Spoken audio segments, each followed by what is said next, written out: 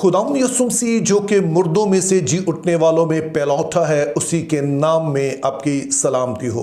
तो आज के लिए जो हमारा मौजू है वो है कि जब कोई जिस्म जी उठता है या जिस जिस्म की क़यामत हो जाती है तो उस वक्त उस बदन में कौन से ऐसे खसाइस पाए जाते हैं, कौन सी ऐसी उसमें करैक्टरिस्टिक्स होती हैं। जब हम यीशु मसीह के जी उठने पर गौर करते हैं तो चंद एक बातें हमें बड़े वाज़ेह तौर पर बताई गई हैं। पहले नंबर पर हम देखते हैं कि यीशु मसीह जब जी उठे तो वो उसी बदन में थे जिसमें उन्हें दफनाया गया था, क्योंकि जब वो ख़वातीन जो कि खुशबुएं मलने के लिए गई थी वो यीशु मसीह की कब्र में जाती हैं और इसी तरह से बाद में शागिर्द जो है वो कब्र में जाते हैं तो वो देखते हैं कि यीशु मसीह की लाश वहाँ पर मौजूद नहीं है, जिसका वाज़ेह मतलब ये है कि यीशु मसीह उसी बदन में जी उठे हैं कि जिस बदन में वो दफन किए गए थे।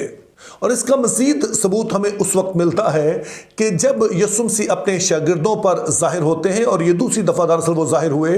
क्योंकि पहली दफ़ा जब वो अपने शागिर्दों पर ज़ाहिर हुए तो उनमें तोमा मौजूद नहीं थे, और इसलिए जब बाकी शागिर्दों ने बताया कि यीशु मसीह जी उठे हैं तो वो यकीन करने के लिए तैयार नहीं है, बल्कि वो कहता है कि मैं जब तक उसके हाथों के जो सुराख हैं उनमें उंगलियां डालकर ना देख लूँ तब तक मैं यकीन नहीं करूँगा। तो अब जब यीशु मसीह ज़ाहिर होते हैं और तोमा भी मौजूद है तो यीशु मसीह तोमा से कहते हैं कि आ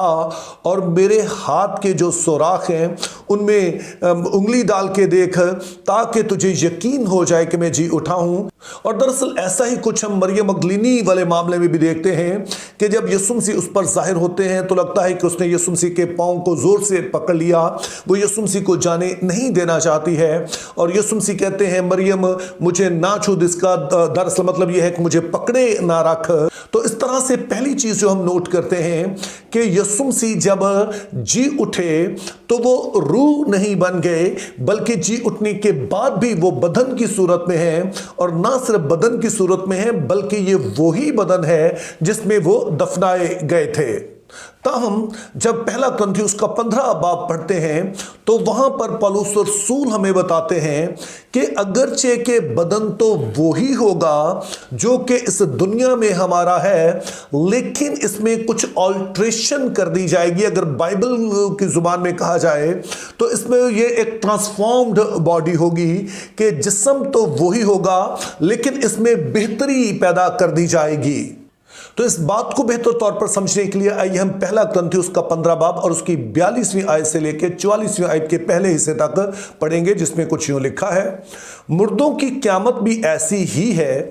जिस्म फना की हालत में बोया जाता है और बका की हालत में जी उठता है, बेहुरमती की हालत में बोया जाता है और जलाल की हालत में जी उठता है, कमजोरी की हालत में बोया जाता है और कुव्वत की हालत में जी उठता है, नफसानी जिस्म बोया जाता है, रूहानी जिस्म जी उठता है। अब इस वाले हवाले में रेज़ुरेक्टेड बॉडी जो है, जी उठा बदन जो है, वो बदन जिसकी क़यामत हो चुकी है, उसके बारे में 4 खुसूसियात बताई गई हैं। लेकिन इससे पहले कि हम इन खुसूसियात पर गौर करें, यहां पर एक अहम नुक्ता आपने याद रखना है कि जो नजात है इसका जो तसव्वुर है वो बहाली का है। इससे मुराद ये है कि खुदा का वो जो ओरिजिनल प्लान था इस दुनिया के लिए, आदम के गुनाह की वजह से उसमें एक गिरावट आ जाती है, उसमें बिगाड़ आ जाता है, और फिर खुदा ताला इसको बहाल करने के लिए वो सारे इक़दाम उठाते हैं जिनका जिक्र हमें बाइबल मुक़द्दस में मिलता है। और अल्टीमेटली हम देखते हैं कि गुनाह और उसके जो असरात हैं इस दुनिया से ख़त्म हो जाते हैं। तो यहाँ पर जो अभी हमने हवाला पढ़ा है इसमें इसी का जिक्र किया गया है कि 4 तरह की हालतें हमें बताई गई हैं जो कि जी उठे बदन में हमें नज़र आएंगी। पहले नंबर पर हमें बताया गया है कि हमारा जो मौजूदा बदन है ये फ़ानी है, लेकिन फिर जब ये जी उठेगा तो ये बका का जामा पहनेगा। इंग्लिश में इसके लिए जो लफ्ज़ इस्तेमाल हुआ है वो पेरिशेबल और इम्पेरिशेबल इस्तेमाल हुआ है, जिसका मतलब है कि वो चीज़ जिसको बर्बाद नहीं किया जा सकता है। तो जी उठे बदन पर जो है वो मौत का असर नहीं होगा, चूँकि हमारे बदन पर मौत का इख्तियार उस वक्त हुआ जब आदम ने गुनाह किया, तो अब जब खुदा ताला अपने निजात के काम को मुकम्मल करेंगे और हम जी उठेंगे, तो फिर इस बदन में मौत का असर नहीं होगा। ये इम्पेरिशेबल बदन होगा, जिसका मतलब यह है कि अब ये बदन बूढ़ा नहीं होगा, इसमें किसी तरह की बीमारियां नहीं होंगी, बल्कि ये अपनी यूथफुल स्टेट में हमेशा तक रहेगा, जिस पर ना किसी बीमारी का असर होगा, ना बुढ़ापे का, और ना ही इस पर मौत का कोई असर होगा। फिर दूसरे नंबर पर हमें बताया गया कि जो बदन जी उठेगा ये जलाली होगा।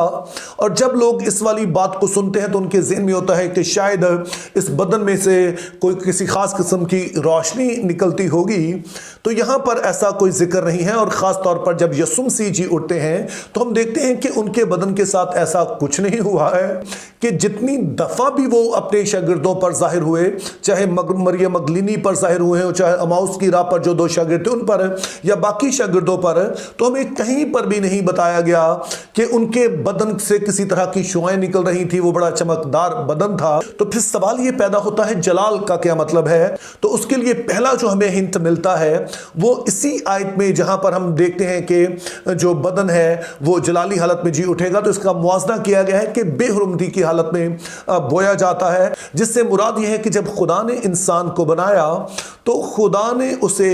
अपनी सूरत और शबीह पर बनाया, जिससे मुराद यह है कि खुदा ताला ने उसमें अपने किरदार की खूबियां रखी, जिसका एक बड़ा हिस्सा जो था वो उनकी जो अखलाकी पहलू है वो उसमें रखा, क्योंकि खुदा का किरदार ही उसका जलाल है। और इससे मुराद होती है कि वो चीज़ जिसकी वजह से आप जाने जाते हैं, जिसकी वजह से आपकी इज्जत होती है। तो चूंकि खुदा का किरदार है, रास्तबाजी है खुदा की जो खुदा ने हमारे अंदर रखी, इससे पहले कि हम गुनाह में गिरते, आदम गुनाह में गिरता, तो अब बताया गया कि ये जो नया बदन होगा इसमें रास्तबाजी बसी होगी।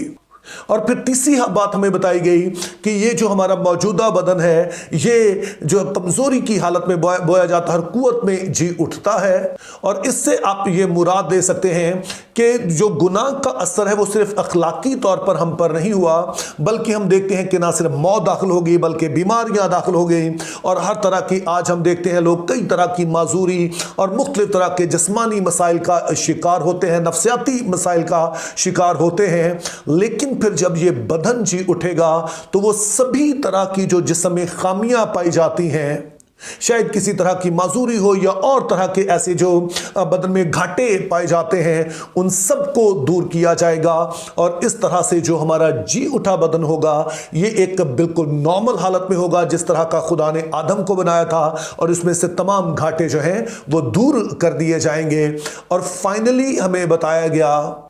कि ये बदन जो है ये नफसानी नहीं होगा बल्कि रूहानी होगा। अब जब कहा जाता है रूहानी, तो हमने जो सबसे पहला नुक्ता देखा था उसको ज़हन में रखना है कि ये वही बदन था यीशु मसीह का जिसमें वो दफनाए गए। जब जी उठे तो फिर से वो उसी बदन में जी उठे, तो वो रूह नहीं बन गए हैं। तो जब पौलुस यहाँ पर कहता है कि रूहानी बदन दिया जाएगा, तो वो ये नहीं कह रहा है कि हम रूह की मानिंद बन जाएंगे, बल्कि इस बात को हम इसी खत की रोशनी में समझ सकते हैं, जैसे कि 4 बाब में मुकद्दस पौलुस कुरिन्थुस की कलीसिया से कहते हैं कि तुम अभी तक जिस्मानी हो, चूंकि तुम आपस में जो है वो लड़ाई झगड़े करते हो, तो तुम अभी तक रूहानी नहीं बने हो। तो इससे पौलुस रसूल की मुराद यह है कि अभी तक तुम्हारे रवैये और तुम्हारा तर्ज अमल वैसे का वैसा है जैसा कि मसीह में आने से पहले था, यानी गुनाह आलूदा है, जिसको मुकद्दस पौलुस रोमियो 7 बाब में कहते हैं कि मेरे बदन में गुनाह बसा हुआ है। तो यहां पर उनकी यही मुराद है कि नफसानी या जिस्मानी बदन वो है जो कि गुनाह आलूदा है, जिसमें गुनाह आलूदा फितरत पाई जाती है,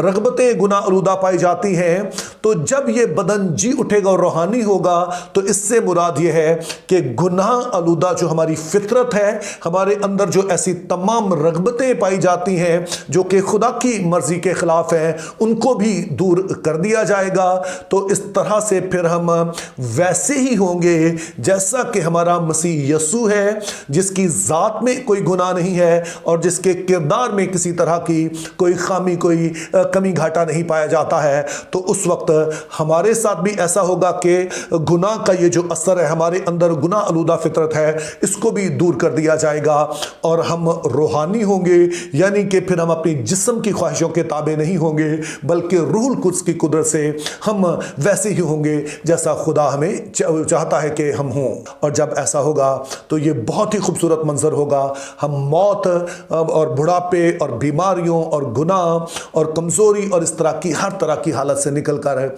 वैसे ही होंगे जैसा हमारा मसीह है। और फिर हम खुदा के हुजूर में सदा रहेंगे, क्योंकि फिर हमें ऐसे बदन दे दिए जाएंगे जो खुदा की बादशाही में रहने के लिए मौजू हैं। Think biblically, live purposefully, have a very good day.